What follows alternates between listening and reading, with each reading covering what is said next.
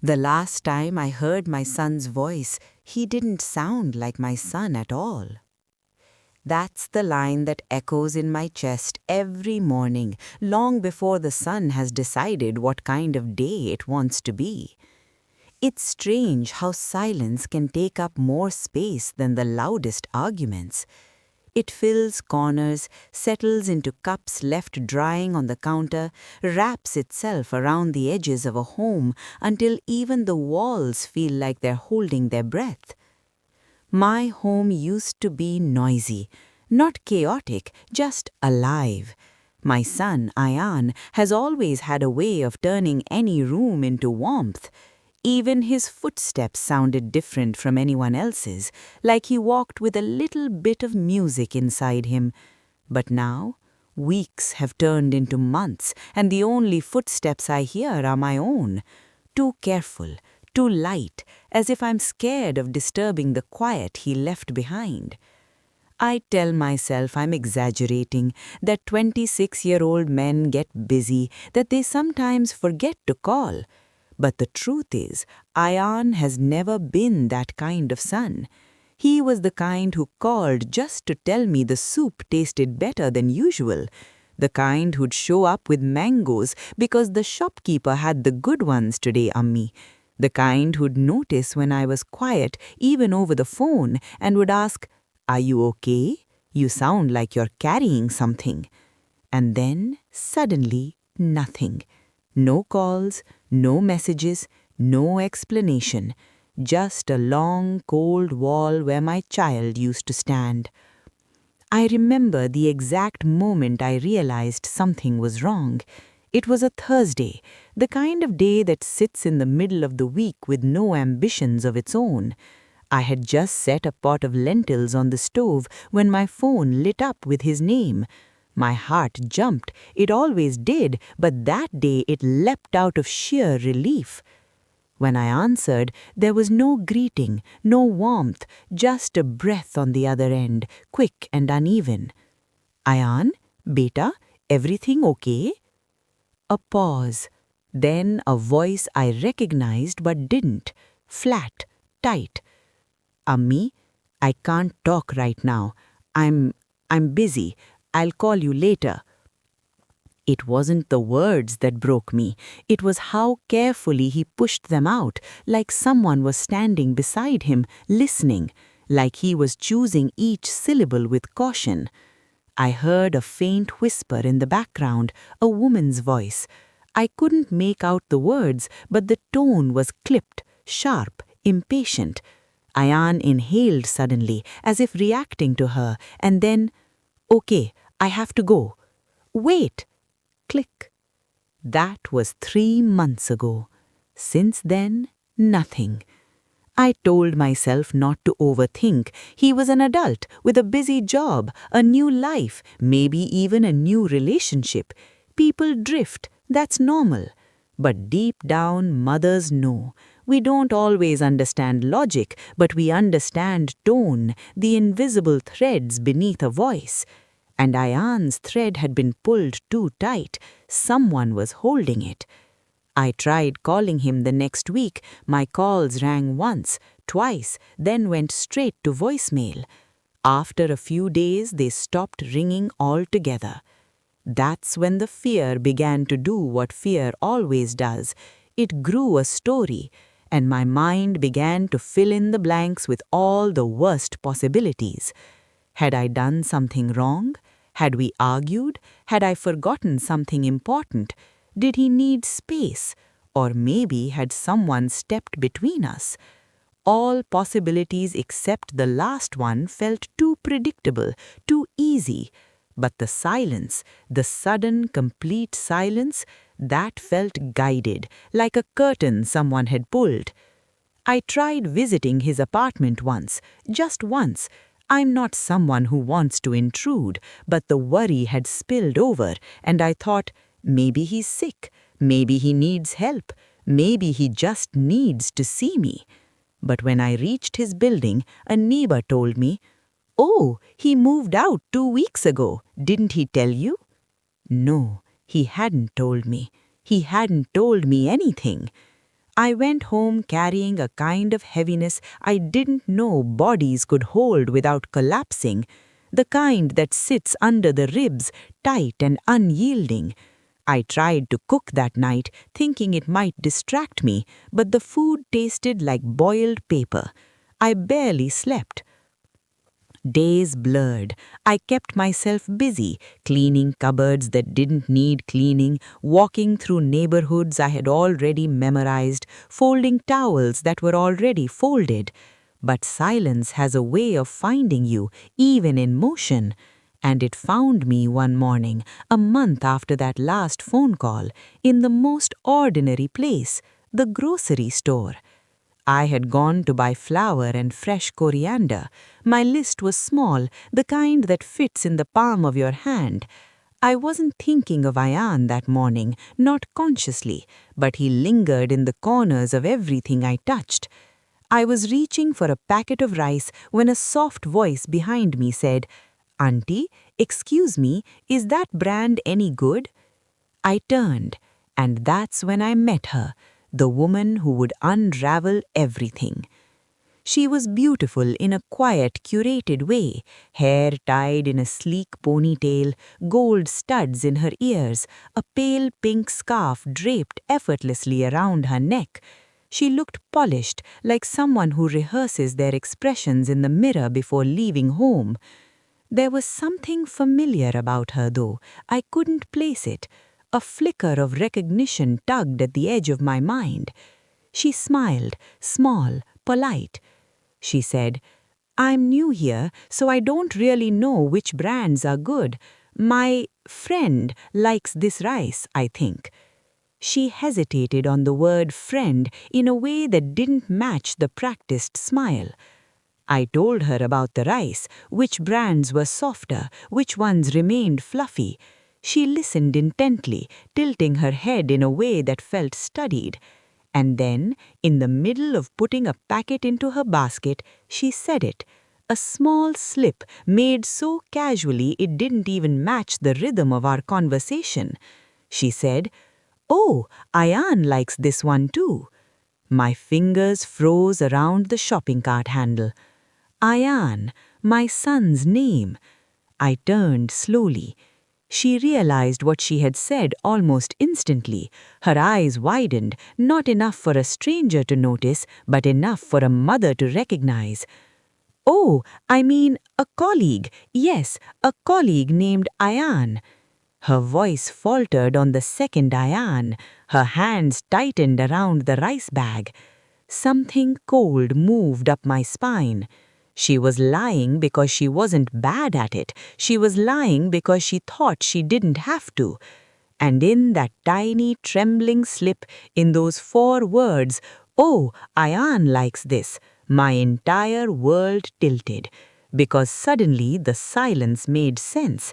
And I knew, with a mother's certainty, this woman knew my son. This woman was connected to my son. And this woman was hiding something. Before all this silence, before the grocery store and the slip of a stranger's tongue, life in my little apartment used to move with a steady, familiar rhythm. My mornings began at Fajr, when the call to prayer drifted through the window like soft light. I would sit on my small prayer mat, letting the stillness settle around me. Afterward, I'd boil water for tea, cardamom and a hint of ginger, the same way I've been doing since Ayan was little. The steam always curled upward like something alive, dancing toward the ceiling. Then I'd open the curtains and let in the morning sun. My apartment isn't grand, but it's full of memories. The sofa still has the faint trace of the time Ayan spilled biryani on it, laughing so hard I forgot to scold him. The wall by the kitchen bears the small scratch he made while moving his first toolbox through the house. Everything here has his fingerprints. He grew up between these walls, learning how to tie his shoes, how to braid his sister's doll hair, how to apologize when he meant it, and how to stand tall even when he didn't feel tall. He was the kind of boy who cried when he saw stray animals shivering in the cold. The kind who saved his pocket money to buy me my first proper kitchen knife because, Ammi, yours is dull. It's hard to cut tomatoes like that. He was good. He is good. And that's why the silence felt impossible. It didn't match the boy I raised. Back then, before all this, our routine was simple. He'd call after work, sometimes during his commute, sometimes while standing in line at a tea stall. Ammi, khana kha liya? Ammi, suno, you won't believe what my boss said today. Ammi, guess who I ran into at the market? And every Friday, without fail, he'd visit. Sometimes for dinner, sometimes just for tea. Sometimes to sit quietly while I mended something or folded laundry. He'd sit on the floor leaning against the sofa, scrolling through his phone while I talked about neighbors or recipes or small worries. And every time he left, he'd hug me like he wasn't in a hurry to let go. You don't just lose a son like that overnight. Not without something or someone pulling him away. But before the distance came, there were signs I didn't recognize then. Hints, small, subtle, easily brushed aside. The first one happened on a Sunday afternoon, 3 months before the last phone call. He had shown up late, unusually late, wearing a new shirt I'd never seen before. It wasn't his style, too formal, too crisp, too carefully chosen. Looks nice, I said. He gave a reluctant smile. Thanks, someone picked it out. Someone? I teased. Should I be excited? He shrugged it off too quickly. Just someone. And that was the first time I saw it, the shadow behind his smile, something tight in his jaw, something unsaid. But I didn't push. Mothers notice everything, but sometimes we pretend not to. Sometimes love makes us slow to question. A week after that, he called me late at night. Ammi, is it normal for someone to get upset when you don't text back right away? His voice was small, tired. Depends, I said, gently. Upset how? I don't know, just tense, quiet, like I did something wrong. Did you? No, I don't think so. I told him that relationships need patience, understanding, that love doesn't feel like fear. He didn't respond for a moment. Then he said, yeah, maybe I'm overthinking. Something in me tightened, but again, I didn't push. Because I was just happy he was sharing something, happy he was talking. If I knew then what was coming, I would have pushed harder. I would have asked questions. I would have insisted on knowing her name. But this is the cruel thing of hindsight. It only arrives when the door is already closed. The second clue came during a dinner at my place. I had made his favorite, chicken kadhahi, the way he likes it, extra ginger, less oil. He ate quietly, distracted. Halfway through the meal, he got a message. His shoulders stiffened instantly. He wiped his hands and grabbed his phone. Everything all right? I asked. It's just someone waiting. Someone? He didn't answer. He finished quickly, kissed my forehead, and left with a hurried, nervous energy that wasn't his at all. That night I waited for his message, a simple, reached home, but it didn't come. I didn't sleep well. A third sign. He stopped talking about the future. Ayan was always full of plans, career goals, travel wishes, little dreams like saving up for a better laptop or renovating his apartment one day. But suddenly, every conversation felt guarded, measured, like someone was listening through his silence. I brushed it away as stress. I didn't realize it was control. And then the silence began. Small gaps at first, a skipped call here, a short reply there. Then days without hearing from him. Then weeks. Then the final call, clipped, scared, rushed. And after that, nothing. I told myself to stay calm, to trust him, to wait. But waiting can be a slow kind of heartbreak, the kind that doesn't show on your face but settles inside your bones. And so life continued. I woke up every morning, made tea, opened curtains, moved through the rooms he used to fill. But a part of me stayed stuck. Stuck in questions, stuck in memories, stuck in the ache of a son who vanished from his mother's life without a reason she could understand. Until that day in the grocery store when the universe finally cracked open and whispered the truth. The woman with the pale pink scarf, the one with the rehearsed smile, the one who said his name by mistake. She didn't just look familiar, she felt familiar, like a shadow that had been hanging over my home long before I ever saw her.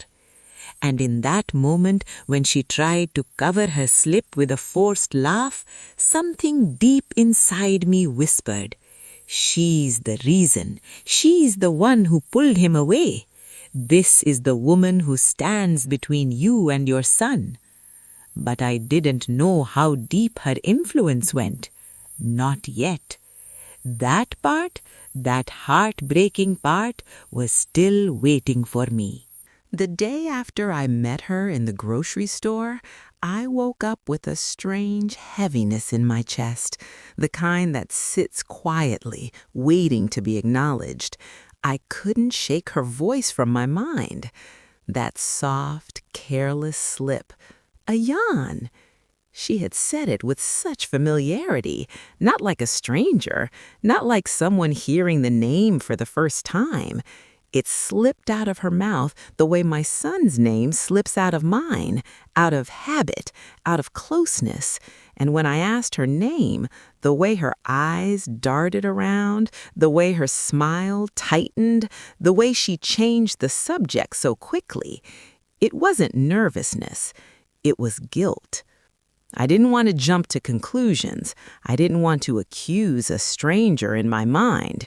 But something inside me, that quiet motherly intuition, kept whispering, "You've seen her before. You've heard about her before. She is connected to your son." So that morning, instead of following my usual routine, I found myself sitting at the dining table with a cup of tea gone cold in my hands. I replayed every detail of the encounter. Her scarf, her perfume, a floral scent, too strong, almost masking something else. Her way of looking at me like she recognized me but didn't want to admit it. The way she flinched when I said, "My son has been distant lately." A stranger shouldn't react like that. And then a deeper thought surfaced, one I didn't want to believe. What if she's the reason he changed? I felt ridiculous even thinking it. But then small memories floated back, the kind that meant nothing at the time but carried weight now. A few months earlier, during one of our last real conversations, Ayan had said something strange. He was irritated about something, or someone. "I don't like when people judge me before they know me," he had muttered. "Who judged you?" I'd asked. "Just someone," he'd said again, that same vague deflection. "She says I trust too easily." "She?" I had teased, but softly, giving him space to elaborate. But his reaction wasn't shy or romantic. It was defensive. "Ami, please, don't start."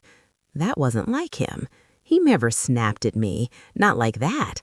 And now, thinking back on it, the tone, the tension, the secrecy, all of it pointed to one person, her. Still, a part of me insisted I might be overthinking. Love makes us cautious, but it also makes us hopeful. So I tried to distract myself, clean the kitchen, organize the spice cabinet, watered the plants. But everything felt mechanical, like my hands were moving while my mind stayed behind in the grocery store aisle. By noon, I couldn't take the uncertainty anymore. I called Ayan. His phone rang twice. Then the automated message came on. "This number cannot receive calls at the moment." My heart dropped. It wasn't switched off. It wasn't out of service. He had blocked me, or someone had convinced him to. My fingers were trembling as I put the phone down. A cold quietness seeped into my bones. It wasn't anger. It wasn't even panic. It was grief. The kind that doesn't wail, but burns.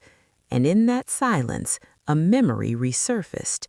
The last time he came to visit, nearly 5 months ago, he'd walked in wearing the same pale scent that clung to that woman at the grocery store. I didn't think about it then, didn't even connect the dots. I just remember feeling something unfamiliar around him, a new energy, a new influence. Now the connection felt painfully clear. I didn't want to stalk him. I didn't want to meddle in my son's personal life. But I was a mother with no answers, living with an ache no mother should feel. So I did something simple, something innocent. I went to the old neighborhood park where he sometimes walked on weekends. I didn't expect to see him, but I hoped the familiar surroundings would calm me. The park was quiet. Afternoon sunlight filtering through the neem trees. I sat on a bench near the fountain, watching children chase each other, their laughter ringing through the warm air. It reminded me of when Ayan used to run here with his friends, his shoes kicking up dust, his cheeks pink with excitement. "Ami, did you see me? I jumped so high. Ami, guess how fast I ran today." Those memories used to comfort me. That day, they hurt. As I sat there, staring at the rippling water, I noticed an elderly woman sitting beside me. She looked familiar, someone from the same community where Ayan lived now. "I haven't seen your son lately," she said casually, recognizing me with a polite smile. "He used to come here often." A shiver ran through me. "You know my son?" I asked gently. "Oh, yes, such a polite young man, always helped me carry my groceries. I used to see him here often, before that girl started coming." My pulse quickened. "Which girl?" I kept my voice calm. She looked thoughtful. Young, pretty, always dressed neatly, a bit possessive. "Possessive how?" I asked. The old woman chuckled softly. He couldn't speak to anyone when she was around. She watched him like a hawk. One time he helped me with my shopping bags, and she walked right up, grabbed his wrist, and said, "You don't owe anyone anything." I didn't understand it. He looked embarrassed. My breath hitched. The woman's next words hit even harder. And the strange thing is, he stopped coming to the park soon after. It was like she didn't want him here anymore. Possessive, isolating, controlling. The same traits hidden behind that pale pink scarf. I thanked the woman, but I barely heard myself speak. My mind was spinning. So it wasn't just me he was pulling away from. She was cutting him off from everyone. And that was the moment my suspicion stopped being a feeling and became a certainty. This wasn't an accident. This wasn't a misunderstanding. This wasn't my son needing space. Someone was shaping his life, removing people one by one, creating distance, creating dependence. Someone who saw me as competition. someone who saw my bond with my son as a threat. And now I knew her face, her voice, her scent, her presence. But the worst part wasn't realizing who she was. It was realizing what she had already taken. My son's confidence, his independence, his warmth, his connection to me. And unless I intervened, gently, wisely, she would take much more. The suspicion was no longer a whisper. It was a truth waiting to break open. And it would break open very soon, in a way I never expected. You know, sometimes betrayal doesn't come crashing through the front door.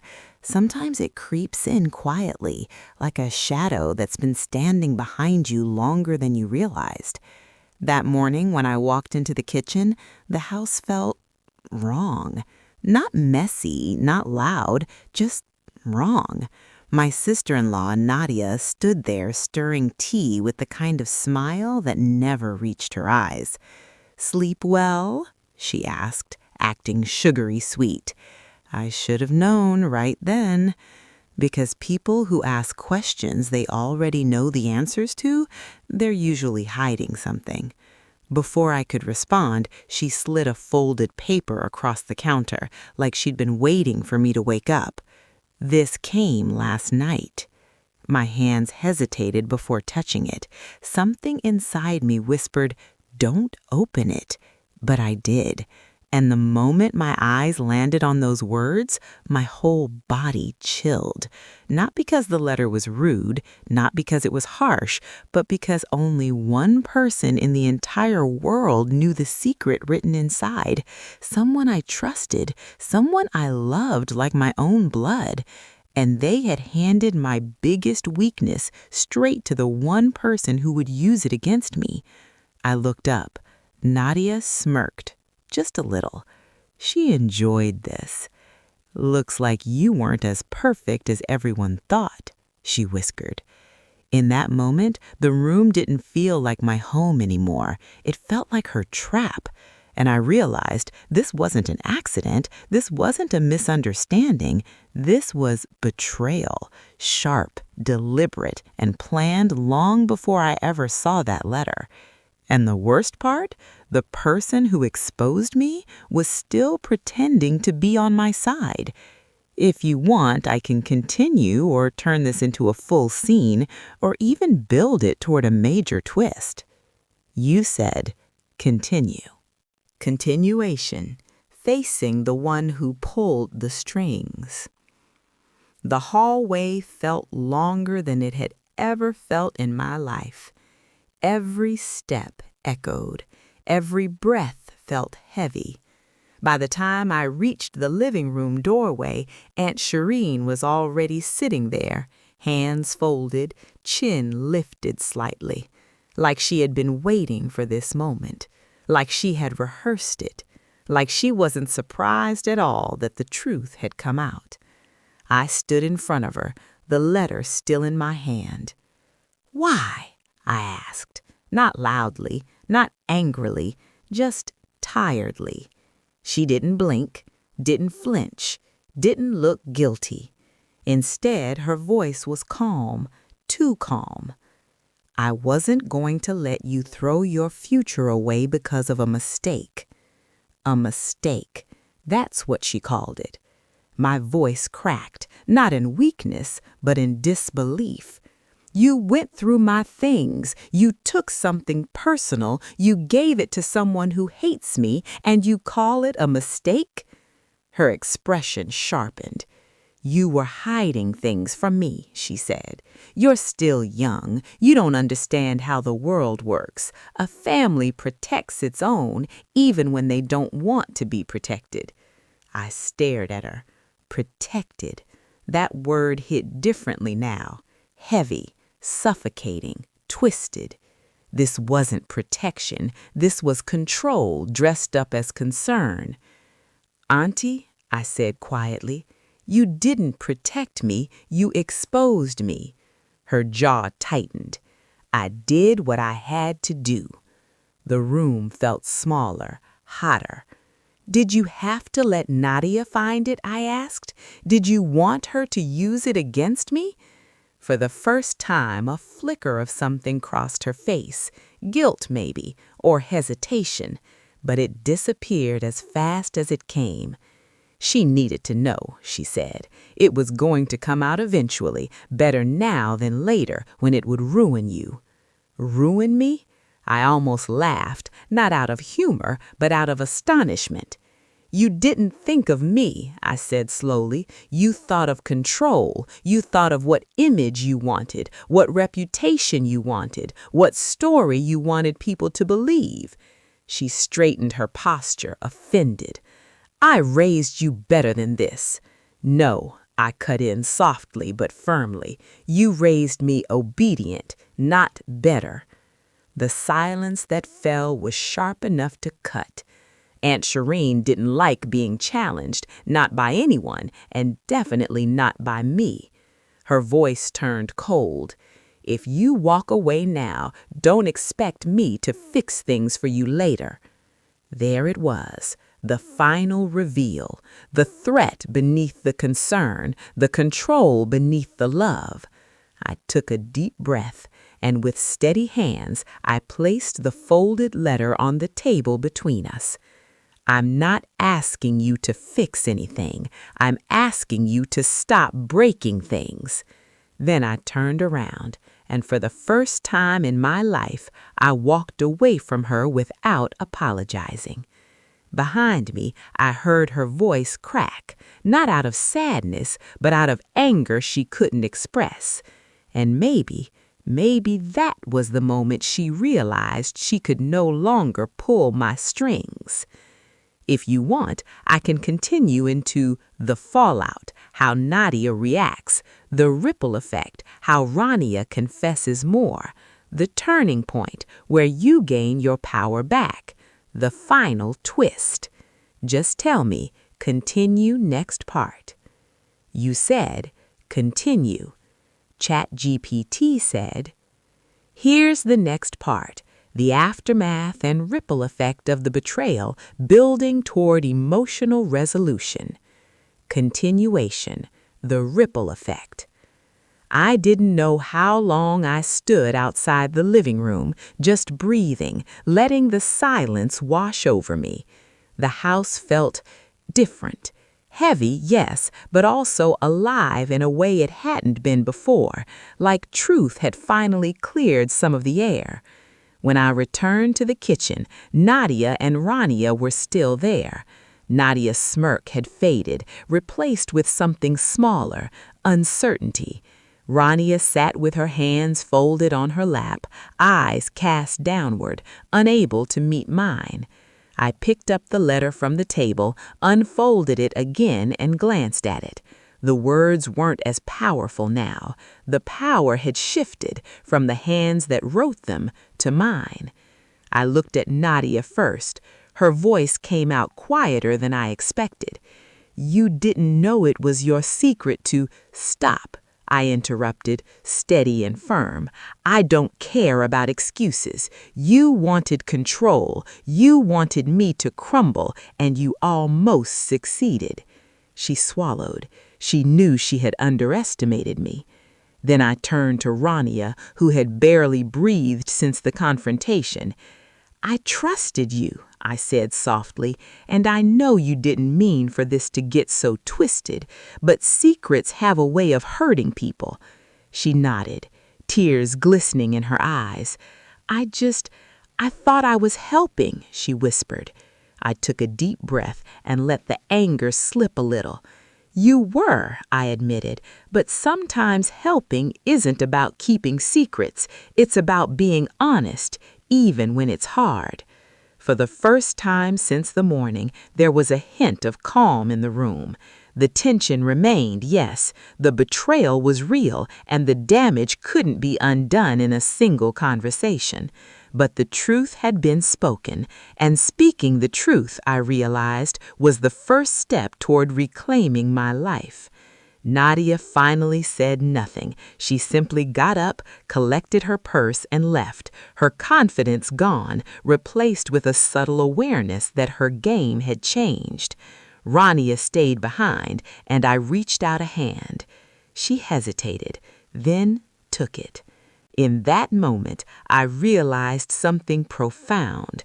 Sometimes the people who hurt you aren't the ones who deserve your anger. Sometimes they're the ones who need your guidance, not to manipulate, but to learn that honesty is always stronger than control. I sat down at the table, letter in hand, and felt a weight lift off my chest. I was still hurt, I was still wary, but I was also free. Free from manipulation, free from the silent chains of other people's expectations, and for the first time in weeks, I felt like myself again. If you want, I can continue into the final resolution and healing chapter, where the mother rebuilds her relationship with her son, reclaims her sense of power, and leaves the audience with a strong moral closure, fully Auntie May style. Do you want me to continue to the resolution/healing part? You said, Days passed after that confrontation, and the house slowly returned to its usual rhythm. But I had changed. I noticed the small things first. The quiet mornings with the sun spilling through the curtains felt warmer. The smell of freshly brewed coffee in the kitchen made me pause and smile. Even the ticking of the old clock on the wall seemed calmer somehow, steady, reliable. Ronnie and I rebuilt our trust. Step by step, we started having honest conversations, not just about the letter, but about everything that had been left unspoken. She apologized again, sincerely this time, not just for the act, but for allowing herself to be manipulated. And I forgave her, not because I had to, but because holding on to bitterness would only chain me to the past. I never expected Nadia to apologize. She stayed distant, quiet, almost as if she had been defeated internally. And in a way, she had. The control she thought she had was gone. The biggest healing, though, came from my son. We hadn't spoken since the incident, and every unanswered call and ignored message had weighed heavily on me. But one evening, there was a knock on my door. I opened it to find him standing there, hesitant, eyes full of remorse. "Mom," he said quietly, I didn't know. I should have listened to you. I let her words cloud my judgment. I'm sorry." I didn't rush to hug him. Instead, I took a step back and looked him in the eyes. "I forgive you, but remember this. No one should have the power to control our family by secrets or fear. We speak, we trust, and we protect each other. That's how families survive." He nodded, tears in his eyes, and finally we embraced. It wasn't just a hug, it was a restoration of a bond that had been strained but never broken. That night, as I sat by the window with a cup of tea, I reflected on everything that had happened, the betrayal, the manipulation, the lies, and the eventual truth. I realized that life isn't about avoiding hurt, it's about learning to navigate it. It's about discovering the strength within yourself to face those who try to control you and still walk away with dignity. And sometimes it's about forgiving those who were once closest to you. I smiled softly, feeling a warmth in my chest I hadn't felt in months. The storm had passed, the truth had been revealed, and I had emerged stronger, wiser, and free. Because at the end of the day, no one can take your power unless you allow them to. Closing reflection or audience connection. Would you have confronted the people who tried to control your life or stayed silent to keep the peace? Sometimes the hardest battles are fought at home with the ones we love most. Tell me, in the comments, how would you have handled this situation? And if you want more real-life emotional stories like this, subscribe for weekly story time that touches the heart and teaches lessons we can all carry forward. If you want, I can also create a short 3 to 4 line hook for this entire script that you could use for YouTube or video promotion, perfect for thumbnail text and audience curiosity.